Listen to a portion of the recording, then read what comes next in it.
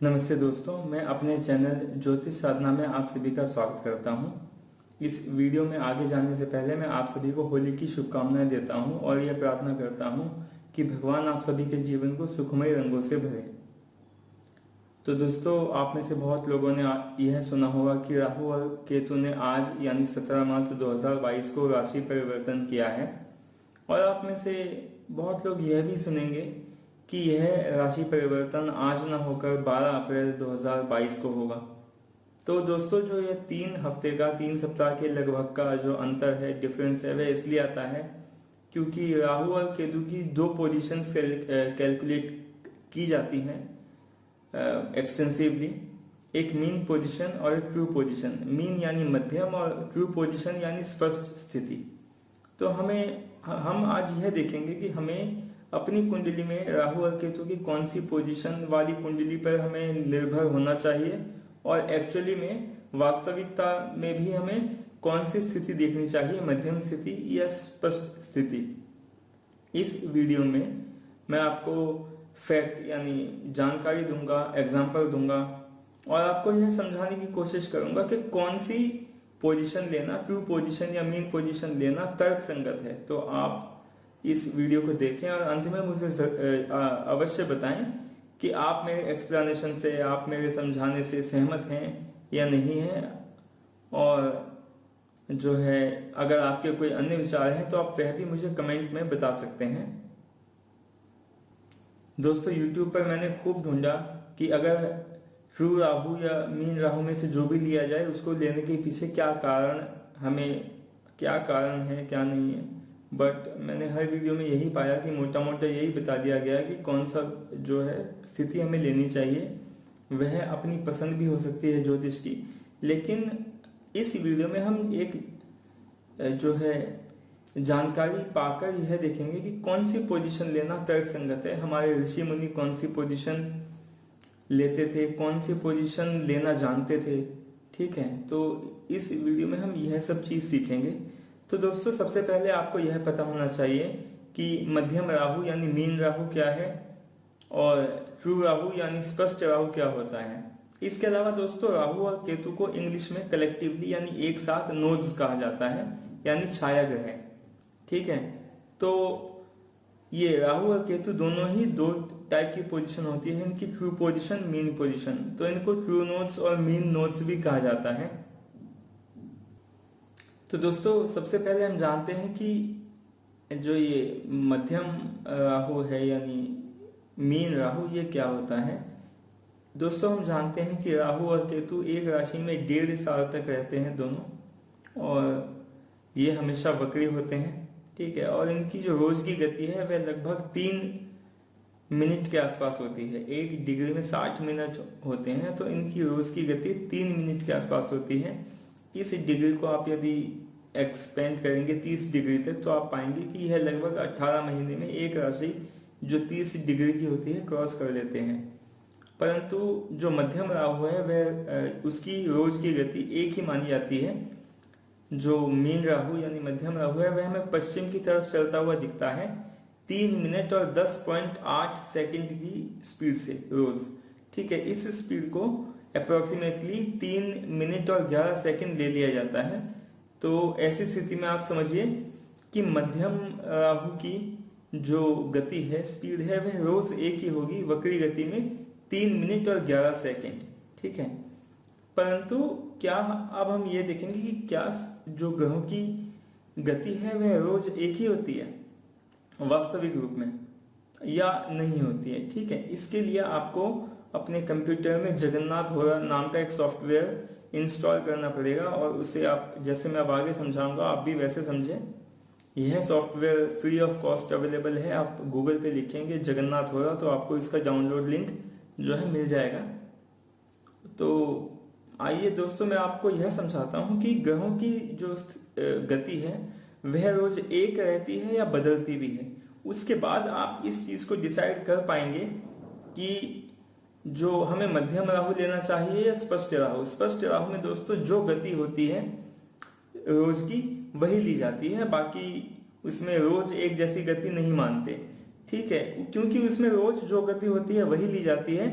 तो जो स्पष्ट राहु है तो आप समझ लीजिए हमेशा वक्री नहीं होता, 1-2 दिन के लिए या 2-3 दिन के लिए ये मार्गी हो जाता है, डायरेक्ट हो जाता है। ठीक है, तो आइए अब पहले मैं आपको सॉफ्टवेयर की सहायता से समझा देता हूँ, उसके बाद हम बाकी डिस्कशन करते हैं। तो दोस्तों अब हम जगन्नाथ होरा सॉफ्टवेयर में समझेंगे कि हमें ट्रू राहु लेना चाहिए या मीन राहु। ठीक है, जहाँ मैं ट्रू राहु कहूँ वहाँ पे आप ट्रू केतु अपने आप ही समझ लीजिए, क्योंकि हम कलेक्टिवली एक साथ ट्रू नोड्स यानी स्पष्ट छाया ग्रह की बात करेंगे। और जहाँ मैं मीन राहु कहूँ वहाँ आप मीन राहु और मीन केतु दोनों सोचिए। ठीक है, तो जब आप जगन्नाथ होरा सॉफ्टवेयर ओपन करते हैं दोस्तों, तो आपके सामने एक ऐसी स्क्रीन आएगी। आप यहाँ नीचे देख सकते हैं कि आज जब मैंने ये सॉफ्टवेयर ओपन किया तब 17 मार्च 2022 शाम 5:11 और 3 सेकंड हुआ था। और यहाँ पे मैंने अपनी सिटी की जो सिटी एंटर की हुई है दिल्ली। ठीक है, तो आप यहाँ पे कोई भी सिटी कर दीजिए, ब्रॉडली पूरी इंडिया में ज़्यादा कुछ अंतर नहीं आने वाला। तो आप अपनी ज़िले या सिटी का नाम एंटर करेंगे तो जो कैलकुलेशंस हैं वो ठीक ही आएंगी। तो दोस्तों जब ये पेज ओपन हुआ तो आप यहाँ ऊपर जो टेबल बनी हुई है राइट हैंड पे, यहाँ पे आप राहु को देख सकते हैं। राहु के आगे AK लिखा हुआ है, उसे इग्नोर कीजिए। आप राहु को देख सकते हैं, राहु के आगे लिखा हुआ है लॉन्गिट्यूड उसका 1 TA 23 मिनट्स, यानी राहु इस समय टॉरस यानी वृष राशि में 1 डिग्री और 23 मिनट पर है और 9.57 सेकंड और जोड़ लीजिए, कुछ दिक्कत नहीं होगी उससे। तो इस टेबल से हमें पता चला राहु 1 डिग्री 23 मिनट में वृषभ राशि में है और केतु उसके नीचे 1 डिग्री 23 मिनट में स्कॉर्पियो राशि में। दोस्तों यह कैलकुलेशन अब हम देखते हैं ट्रू नोड्स को ध्यान में रख के की गई है या मीन नोड्स को। तो दोस्तों अब हम यहाँ पे ऑप्शंस में सबसे ऊपर प्रेफरेंसेस में आएंगे और इसके बाद हम रिलेटेड टू कैलकुलेशंस का ऑप्शन लेंगे और उसके बाद प्लैनेट कैलकुलेशन ऑप्शंस को जब आप क्लिक करते हैं तो दोस्तों आप सबसे नीचे वाला ऑप्शन देखिए, यहाँ पे मैंने मीन नोड्स सिलेक्ट किया हुआ है। मीन नोड्स, तो मीन नोड्स के हिसाब से राहु इस समय 1 डिग्री 23 मिनट टॉरस पर है और स्कॉर्पियो 1 डिग्री 23 मिनट स्कॉर्पियो में केतु हैं। ठीक है, यानी वृश्चिक राशि में। अब मैं दोस्तों आपको ऊपर वाली टेबल में राइट क्लिक किया। ठीक है, और अब हम इस ऑप्शन को सिलेक्ट कर लेंगे, लैटिट्यूड्स स्पीड एक्सेट्रा। ठीक है, तो इस ऑप्शन को हम अगर सिलेक्ट करते हैं तो कुछ ऐसी एक टेबल आ जाती है। यहाँ पे दोस्तों आप जो है राहु की लॉन्गिट्यूडनल स्पीड देखिए -0.053 डिग्री पर डे, यानी नेगेटिव साइन जो है यहाँ पर वक्री गति यानी रेट्रोग्रेड मोशन दिखाता है। बाकी सब आप देखिए पॉजिटिव है। यहाँ पे केतु नहीं दिया हुआ क्योंकि जो राहु की स्पीड है वही केतु की स्पीड होती है। ठीक है, तो स्पीड वाइज कोई ज़्यादा डिफरेंस नहीं आने वाला, मतलब सेम ही होती है राहु केतु की स्पीड। तो -0.053। अब दोस्तों आप यहाँ पे समझने के लिए आप किसी भी ग्रह की स्पीड को पकड़ के चल सकते हैं, बट मैं आपको यहाँ पे सन यानी सूर्य की स्पीड देखने के लिए भी कहता हूँ, क्योंकि आप देखिए सन की स्पीड भी रोज चेंज होती है। ठीक है, आप सारे ग्रहों को देख सकते हैं बट सब जगह हमें ध्यान केंद्रित कर पाना थोड़ा मुश्किल हो जाएगा और वीडियो भी लंबी हो जाएगी। तो आप सन की स्पीड देखिए, लॉन्गिट्यूडनल स्पीड ये वाले कॉलम में। ठीक है, सन की लॉन्गिट्यूडनल स्पीड है 0.995 डिग्री पर डे, यानी एक दिन में लगभग 1 डिग्री से कुछ कम, यानी 0.995। ठीक है, और राहु की है -0.053 डिग्री पर डे। अगर दोस्तों आप इस -0.053 को 60 से मल्टीप्लाई करेंगे तो क्या आएगा दोस्तों, जरा एक बार अपने कैलकुलेटर पे करके देखिए तो 3.18 आएगा। 3.18 आने का मतलब है दोस्तों लगभग 3 मिनट और 0.18 सेकेंड। अगर आप इसे फर्दर मिनट और सेकंड में एग्जैक्टली कैलकुलेट करेंगे तो यह उतना ही आएगा, 3 मिनट 10.8 सेकेंड, जिसे हम रफली 3 मिनट और 11 सेकेंड लेकर चलते हैं। अब हम दोस्तों यहाँ से जो ये वाला ऑप्शन है, यहाँ से हम आगे और पीछे जाएंगे समय में। तो आप यहाँ पे जो 17 मार्च 2022 17:11:03 का समय है, यहाँ पे आप देखेंगे समय बदलता जाएगा, तारीख बदलती जाएगी, समय हम नहीं बदलेंगे। हम 24 घंटे आगे पीछे जाके देखते हैं। अब देखिए दोस्तों, 24 घंटे पहले यानी 16 मार्च 2022 को सन की क्या स्पीड थी और राहु की यहाँ पे क्या स्पीड आती है। अब मैं ये बैक का बटन दबाता हूँ यहाँ पे, ये वाला, ठीक है। तो आप देखिए मैंने दबाया और 16 मार्च 2022 को सन की स्पीड हो गई 0.996, यानी जितनी स्पीड आज है उससे ज़्यादा स्पीड कल थी, यानी 16 मार्च को। और राहु की स्पीड देखिए वो सेम है 0.053 नेगेटिव में, ठीक है। एक दिन और पीछे जाते हैं दोस्तों, ये 15 मार्च को देखिए, सन की स्पीड में भी कोई चेंज नहीं आया और राहु की स्पीड में भी कोई चेंज नहीं आया। एक दिन और पीछे जाते हैं दोस्तों, 14 मार्च 2022 को आप देखिए सन की स्पीड 0.001 डिग्री से और बढ़ गई, मतलब सन की स्पीड हो गई 0.997 डिग्री पर डे। और राहु की स्पीड वही है, मैंने आपको बताया था दोस्तों, मध्यम राहु का मतलब क्या होता है, हम राहु की स्पीड एक ही मानते हैं हमेशा, 3 मिनट और 11 सेकेंड, ठीक है। अगर उसे आप डिग्री में कन्वर्ट करेंगे तो वह माइनस यानी नेगेटिव तो वक्री के लिए हो गया, तो 0.053 डिग्री पर डे आती है। दोस्तों आप देखिए सन की स्पीड भी रोज तो नहीं, 2 दिन में एक बार चेंज हो ही जाती है। अब मैं दोस्तों समय में आगे आता हूँ यहाँ पे, और आप जो है डेट्स पे ध्यान रखना। 17 मार्च के बाद हम डेट्स का ध्यान रखते हैं दोस्तों, क्योंकि 17 मार्च तक की तो हमने देख ली। 17 मार्च को ये देखिए 0.995 है और राहु की स्पीड सेम है दोस्तों, क्योंकि मध्यम राहु की स्पीड तो हम सेम ही एज्यूम करके चलते हैं, यही मान के चलते हैं ना, मध्यम राहु की स्पीड में कभी चेंज नहीं होता। अब 18 मार्च के लिए मैं आगे जाता हूँ, यहाँ पे डेट 18 मार्च हो गई है, स्पीड सन की जो है longitudinal speed 0.995 degree per day है। एक दिन और आगे जाता हूँ मैं दोस्तों 19 मार्च को, और देखिए सन की स्पीड और कम हो गई है 0.994 डिग्री। एक दिन और आगे जाता हूँ, सन की स्पीड देखिए 20 मार्च को 0.993 डिग्री हो गई है, ठीक है। और 21 मार्च को भी आप देख सकते हैं सन की स्पीड वही है 0.993। एक दिन और आगे जाते हैं दोस्तों, 0.992 डिग्री पर डे सन की स्पीड 22 मार्च को है। एक दिन और आगे जाते हैं तो 23 मार्च को भी उतनी स्पीड है, फिर 24 मार्च को भी उतनी स्पीड है, फिर 25 मार्च को आप देखिए यहाँ पे 0.991 डिग्री पर डे स्पीड हो चुकी है, ठीक है। लेकिन आप देखिए थ्रू आउट राहु की स्पीड सेम है 0.053 डिग्री पर डे। दोस्तों आप जानते हैं ये जो ऑर्बिट्स होती हैं, कक्षाएं, ये बिल्कुल सर्कुलर नहीं होती, तो स्पीड सेम रहने का इफेक्टिवली कोई मतलब बनता नहीं है। स्पीड सेम नहीं होती है। सन की पोजीशन हम रोज की इसी स्पीड के हिसाब से ही डिटरमाइन करते हैं, इसी स्पीड के हिसाब से ही निकालते हैं सन की पोजीशन, ठीक है। सूर्योदय हम तभी तो कहते हैं ना एक समय पे हो जाएगा जब सन हमें ऊपर दिखेगा क्षितिज के, हॉरिजॉन के।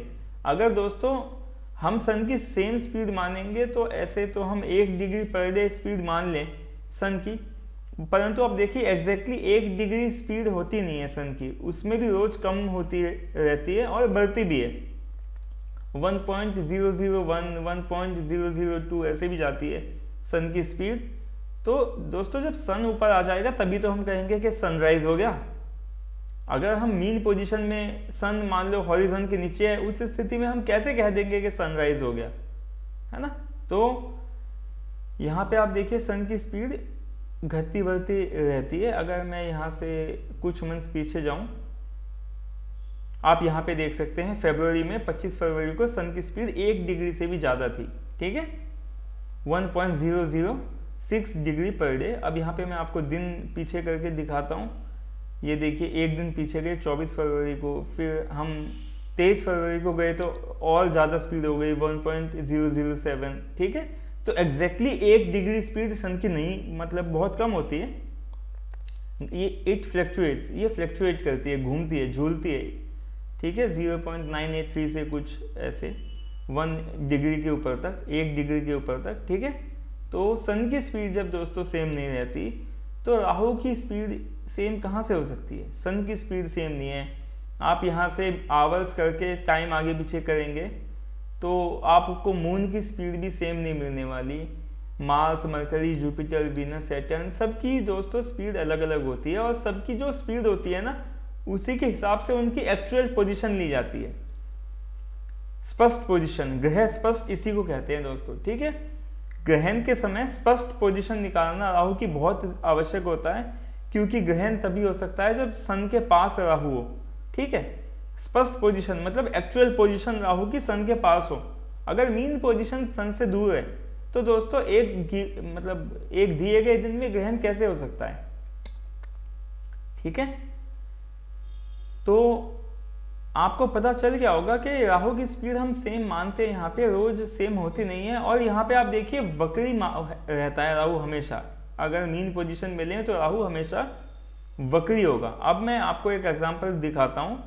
हम यहाँ से मुंडेन का ऑप्शन, ये जो बेसिक्स वाली लाइन में एक मुंडेन का ऑप्शन है, इसे सिलेक्ट करते हैं और आप देखिए मैं आपको यहाँ से राहु का एग्जांपल लेके दिखाता हूँ, ठीक है। राहु स्टेशनरी ट्रांजिट मोड में कब आएंगे, राहु स्टेशनरी ट्रांजिट मोड में कब आएंगे। स्टेशनरी मतलब जब स्पीड 0 हो जाए, जब स्पीड 0 हो जाए, ठीक है। तो दोस्तों मध्यम में तो स्पीड 0 हो नहीं सकती, क्योंकि हम राहु की स्पीड 3 मिनट और 11 सेकंड रोज की लगभग एज्यूम करके चलते हैं, तो वो कहाँ से 0 हो जाएगी। तो अब हम यहाँ पे राहु और यहाँ पे मान लीजिए ये जो गिवन डेट है 23 फरवरी 2022, यहाँ पे इससे पहले राहु स्टेशनरी कब हुए थे, ठीक है, ये देखते हैं। और हम स्टेशनरी ट्रांजिट मोड पे यहाँ पे क्लिक करके देखते हैं। आप देखिए एक एरर आ गया यहाँ पे, stationary transit can not occur with mean nodes, यानी मध्यम नोड्स, मीन नोड्स के साथ स्टेशनरी ट्रांजिट नहीं हो सकता है, ठीक है।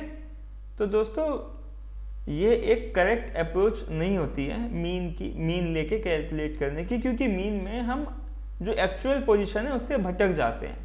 पहले सॉफ्टवेयर्स नहीं थे, कंप्यूटर नहीं था, ठीक है। तो पंचांग में सुविधा के लिए, only for sake of ease, हम मीन पोजीशन लेके जो पंचांग में लिख देते थे, लेकिन आज सॉफ्टवेयर है, सब कुछ है, कैलकुलेशन कर सकते हैं हम। तो ऐसी स्थिति में मीन राहु या मीन केतु को लेके हम क्यों चलें बताइए, जब सही कैलकुलेशन इससे ट्रू राहु और ट्रू केतु से होती है। तो हम ऐसी स्थिति में, और जब सब ग्रह की हम ट्रू पोजीशन लेते हैं, किसी की भी मीन पोजीशन नहीं लेते किसी और ग्रह की, तो राहु केतु की मीन पोजीशन लेना कहाँ तक उचित है। अब दोस्तों मैं जो है आपको यहाँ से प्रेफरेंसेस में दोबारा जाता हूँ और यहाँ से रिलेटेड टू कैलकुलेशंस में दोबारा जाके प्लानेट कैलकुलेशंस ऑप्शंस को क्लिक करता हूँ और यहाँ से ट्रू नोड्स कर देता हूँ, ठीक है। ट्रू नोड्स कर दिया। तो दोस्तों जो पोजीशन, अब दोस्तों एक बार जगन्नाथ होरा में आज का जो चार्ट है वो दोबारा खोल के देखते हैं, ठीक है। आज का जो चार्ट है, अभी मान लीजिए मेरी स्क्रीन में समय हुआ है 7:26, तो और मार्च 17 है, जैसा कि मैंने आपको बताया था, मार्च 17 और 7:26 का समय हुआ है दोस्तों।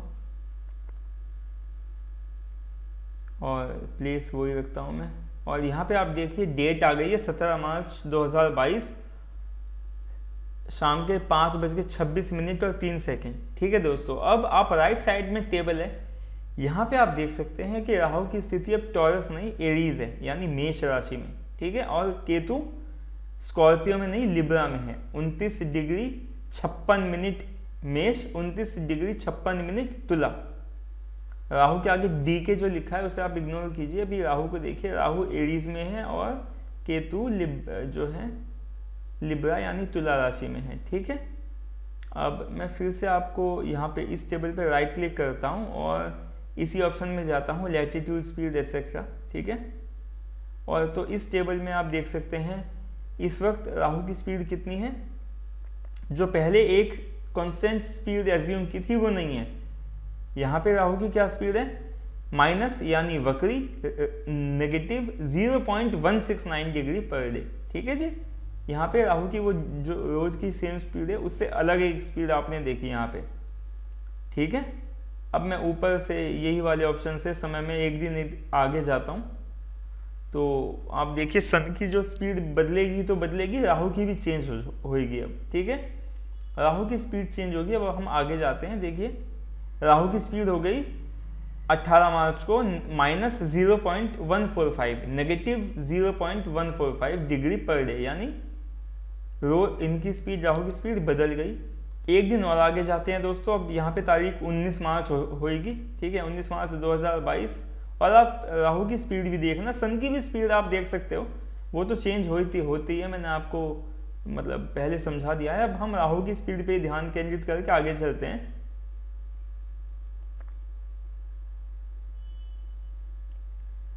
दोस्तों देखिए राहु की स्पीड 19 मार्च को नेगेटिव 0.108 डिग्री पर डे हो गई, ठीक है। एक दिन और आगे जाते हैं, 20 मार्च को नेगेटिव 0.66 डिग्री पर डे हो गई, ठीक है। अब आप 21 मार्च को देखिए नेगेटिव 0.026 डिग्री पर डे हो गई। अब 22 मार्च को आते हैं दोस्तों, यहाँ पर देखिए नेगेटिव साइन गायब हो गया, राहु की स्पीड हो गई 0.004 डिग्री पर डे, यानी राहु यहाँ पे वक्री नहीं रहे, मार्गी हो गए, डायरेक्ट हो गए, ठीक है। तो जो दोस्तों ट्रू नोड्स होते हैं, स्पष्ट राहु और स्पष्ट केतु, वो मार्गी भी हो जाते हैं, वो हमेशा वक्री नहीं होते, ठीक है। पर ये स्थिति केवल 2-3 दिन के लिए बनती है, इसलिए, और इससे कैलकुलेशंस पे, फलादेश पे कोई फर्क नहीं पड़ता, प्रिडिक्शन पे कोई फर्क नहीं पड़ता, इसलिए जो है हम उन्हें हमेशा वक्री भी माने तो कोई मतलब घाटा नहीं है, ठीक है। तो यहाँ से आप देखिए राहु डायरेक्ट हो गए, मार्गी हो गए, जो हमें सिखाया जाता है ये कभी मार्गी नहीं हो सकते, ठीक है। अब आप एक दिन और आगे जाइए, देखिए 23 मार्च को स्पीड दोबारा चेंज हो गई 0.018 डिग्री पर डे। 24 मार्च को 0.014, यहाँ पे स्पीड देखिए दोबारा से कम होना शुरू हो गई, मतलब अपने वक्री स्पीड की तरफ राहु दोबारा आने शुरू हो गए। एक दिन और आगे जाएंगे 25 मार्च को दोस्तों, यहाँ पे देखिए राहु के आगे दोबारा से लॉन्गिट्यूडनल स्पीड में नेगेटिव आ गया, नेगेटिव 0.007 डिग्री पर डे, यानी राहु और केतु दिन के 2-3 दिन के लिए जो है मार्गी हुए थे, उसके बाद ये दोबारा से वक्री हो गए। और अगर हम एक एक दिन और आगे जाएंगे, जैसे 26 मार्च को गए, तो अब देखिए 0.038 नेगेटिव है ना, और 27 मार्च को 0.072 डिग्री नेगेटिव। तो दोस्तों इस छोटे से एग्जाम्पल में आपने ये देखा कि जब हम स्पष्ट राहु यानी ट्रू राहु या ट्रू नोड्स लेते हैं तो नोड्स डायरेक्ट भी हो सकते हैं, उनकी स्पीड पॉजिटिव यानी वो मार्गी हो जाते हैं, ठीक है। तो इस स्थिति में दोस्तों घबराने वाली बात कुछ नहीं होती, प्रिडिक्शंस पे, फलादेश पे कोई फर्क नहीं पड़ता, बट हमें राहु की ट्रू पोजीशन, सही पोजीशन दोस्तों मिल जाती है। आज दोस्तों पूर्णिमा है, क्योंकि होली पूर्णिमा पे होती है। अगर आज के दिन दोस्तों राहु जो है सूर्य के पास होते तो आज के दिन ग्रहण की संभावना थी, ठीक है, ग्रहण होता अगर राहु के जो है सन के पास होते, उसकी कुछ कैलकुलेशंस हैं। बट अगर हम मीन राहु से कैलकुलेट करते तो वो पोजीशन बहुत दूर आती, उनके हिसाब से आज ग्रहण होता ही नहीं, ठीक है। इसलिए ट्रू राहु कंसिडर करना बहुत आवश्यक है दोस्तों। अब मैं देखता हूँ राहु की स्पीड 0 कब हुई थी, तो अब गिवन डेट है यहाँ पे 27 मार्च 2022। इससे पहले कुछ दिन, 3-4 दिन पहले ही राहु की स्पीड नेगेटिव से पॉजिटिव आई थी, यानी राहु वक्री से मार्गी हुए थे, तो बीच में कहीं 0 भी आई होगी, है ना। तो अब हम यहाँ से देखते हैं राहु की स्पीड इस गिवन डेट यानी 27 मार्च 2022 5:26 के पहले कब जो है 0 हुई थी, ठीक है।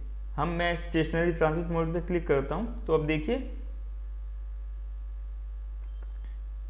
यहाँ पे राहु की स्पीड आ गई 0.00 डिग्री पर डे और डेट आ गई 27 जनवरी 2022।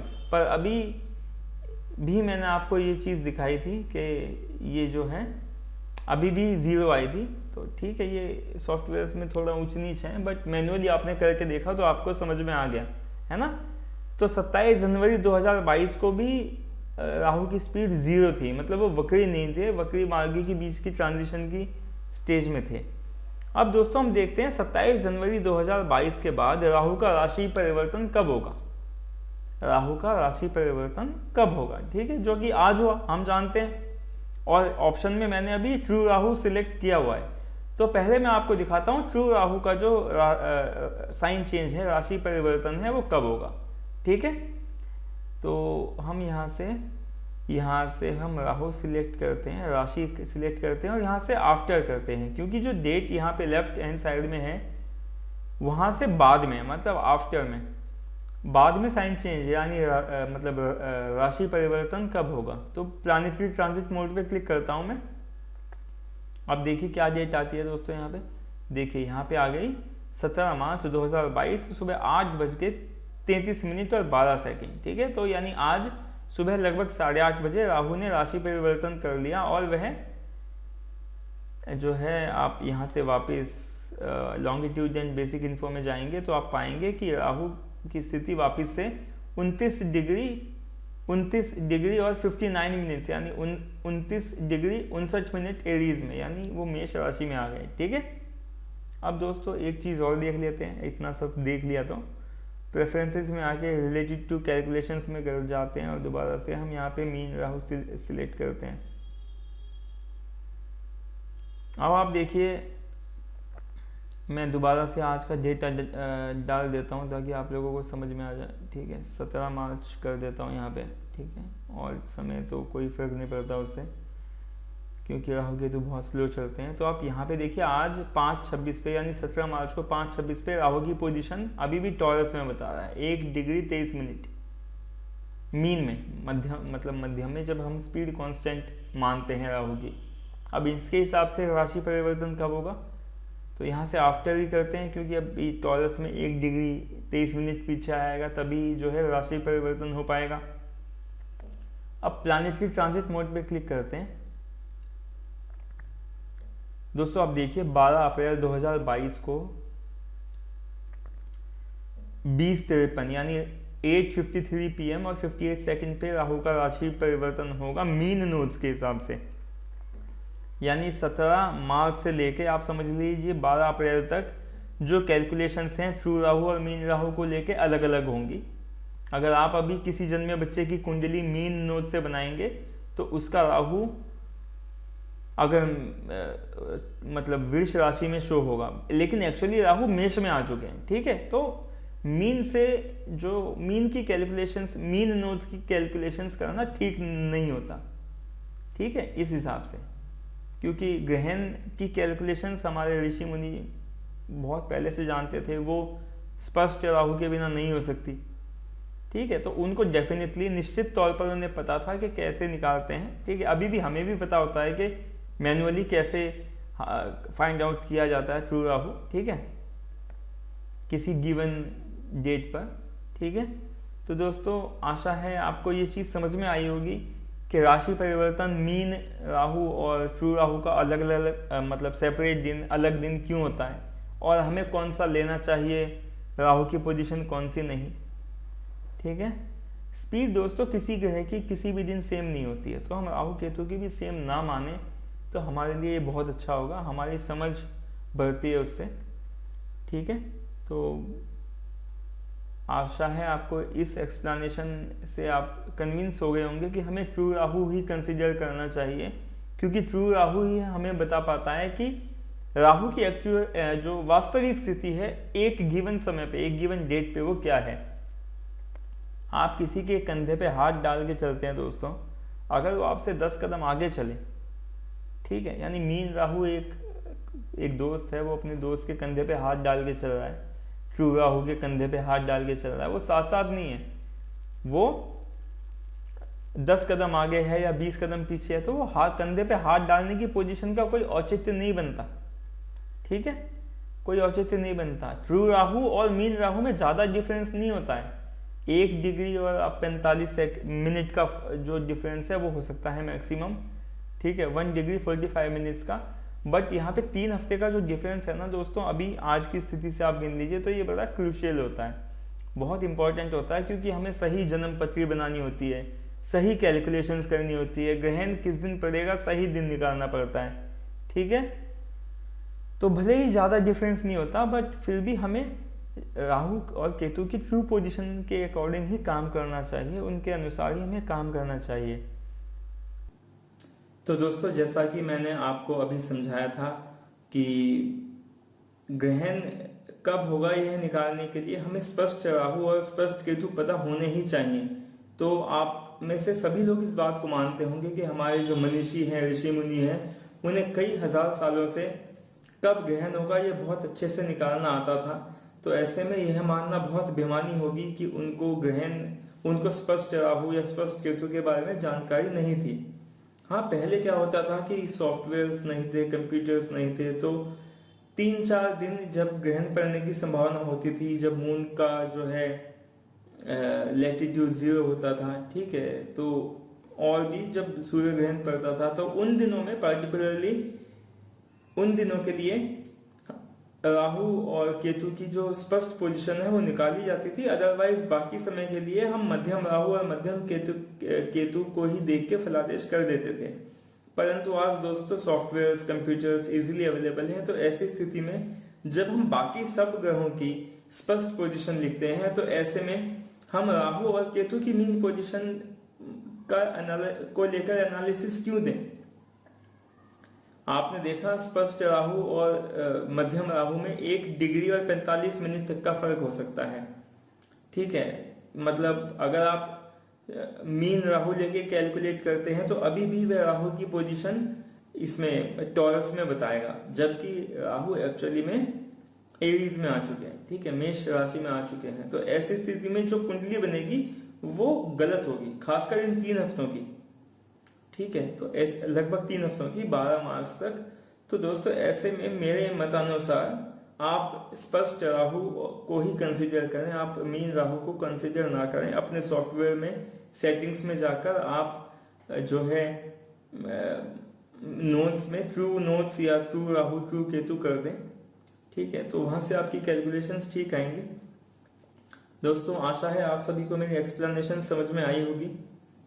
दोस्तों मैं यहाँ पर आपको बहुत सारे टॉपिक्स के बारे में जानकारी दूंगा ज्योतिष के, और भी जो भी हमारे धर्म से संबंधित हैं समय समय पर, ठीक है। तो ऐसे में मेरी आपसे रिक्वेस्ट है कि आप मेरे वीडियो को अपने फैमिली, अपने दोस्तों के साथ शेयर करें, मेरे चैनल को सब्सक्राइब करें, मेरी वीडियो को लाइक करें, और आप कोई भी आपकी शंका है, कोई भी आपका डाउट है, वह आप कमेंट करके पूछ सकते हैं। अगर आप चाहते हैं मैं किसी पर्टिकुलर टॉपिक पर, विशेष टॉपिक पर वीडियो बताऊं, तो आप वह भी मुझे कमेंट करके बता सकते हैं। मेरी पूरी आशा रहेगी कि इमीडिएटली, यानी तात्कालिक रूप से ना सही, बट मैं आपकी जो इच्छा है वह अवश्य पूर्ण करूं। तो दोस्तों इस वीडियो को देखने के लिए धन्यवाद। मिलते हैं अगले वीडियो में।